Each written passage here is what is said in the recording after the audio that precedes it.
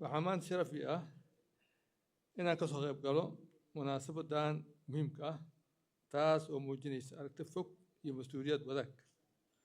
وحارب أنا وحكي هذا موضوعا اسمها قنية القرن كأيوه وجامعة مستقبل الصوماليات كاس وستوس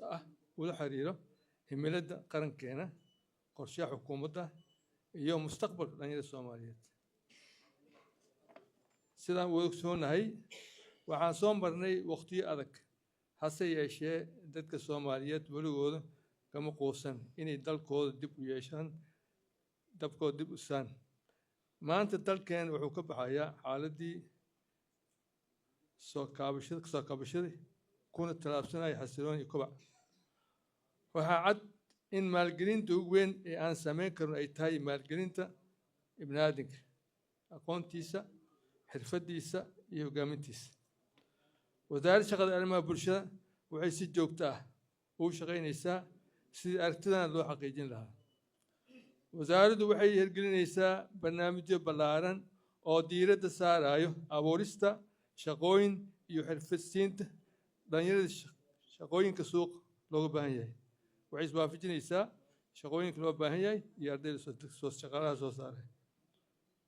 وعن حوق سارينا هدير هيدلو حوجين تحريك ودهاية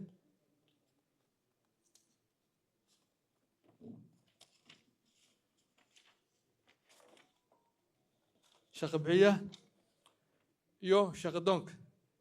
ستة ببرد يفرصها شق إس سدبة إسولير ترنادن سوكره وحاولنا دبوغيس يدبابين بلارن سلو وناجيو isku xirka dhalinyarada iyo suuqyada shaqada ayadoo si siman fursad loo siinayo bulshooyinka reer miyiga iyo dadka baahida gaarka qaba si ay xubin joogto ugu noqdaan wax soo saarka dalka dhismaha aqoon-yahanada qaranka wuxuu macneedu yahay kobcinta jiil Soomaali ah oo xirfad leh daacad ah hal abuur leh isla markaana diyaar u ah hogaaminta marxalad xigta ee horumarka dalka ما أكلية إن أن صوت صار شغاله بس وإن أن صوت سنا وجميال أود له إن أبوران فرصة حاليا دواتوين سوفا وأديجان برشة جناسي جارك للي هاي وإنه نقطة لفتورك سفر كان برشة جناسي الصوماليات بنجيدة الشركات التكنولوجية والبولة كوبع تغاله waxaan rabaa in si gaar ah u xuso doorweynaha hormuud telecom iyo salaam Somali Bank kuwaas oo hormuud ka ah horumarinta suuqa dhalinyarada ayuu adeegsanaya digitaleynta abuurista shaqooyinka iyo ballaarinta adeegyada maaliyadeed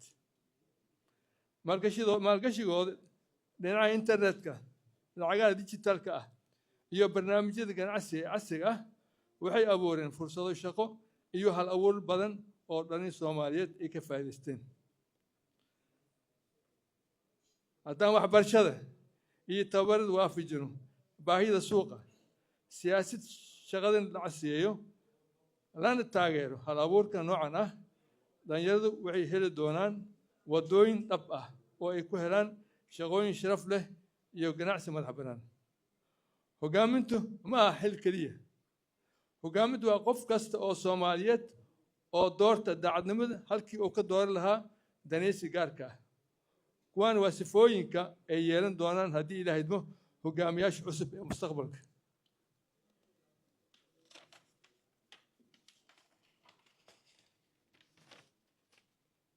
munaasabadan saxiixa mashruucan waxaa markaa xaqiijinaysaa ballanqaadkeena oo ah inaan sii wadno dhismaha hay'adaha nidaamyada iskaashiyada awood u siinay dhalinyaradeena iyo shaqaalaha Soomaaliyeed hogaamiyaasha mustaqbalka ee aan maanta dhisayno waa kuwa ku hogaamin doona aqoon anshax iyo mas'uuliyad qaran haddii Ilaahay dhalin Soomaaliyeed waxaan leeyahay mustaqbalkiina ma aha wax la sugo waa wax la dhiso وبلا توفيق ما سنين